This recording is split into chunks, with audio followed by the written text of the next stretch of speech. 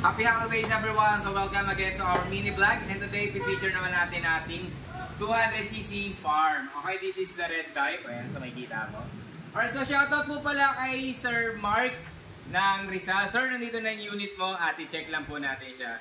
So this farm comes with 10 inches na max type. And then at the same time, meron siya mga fog light dito. Ayan. Or kung tawagin ng iba, projector. So let's check lang po.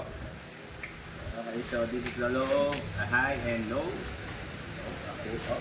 Then signal light to my right. And signal light to my left. Alright, busina po tayo. Try naman natin siyang i-start. I-start natin siya.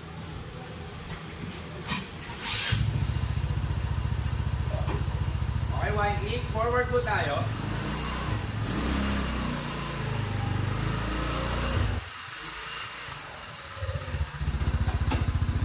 So, sa likod naman, try natin yung taillight niya, brake light and brake light.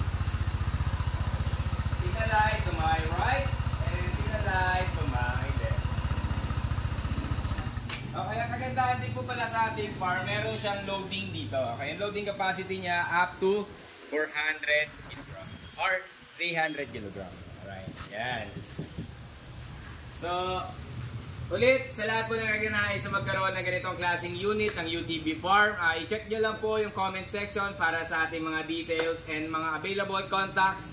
And thank you so much everyone. Happy holidays!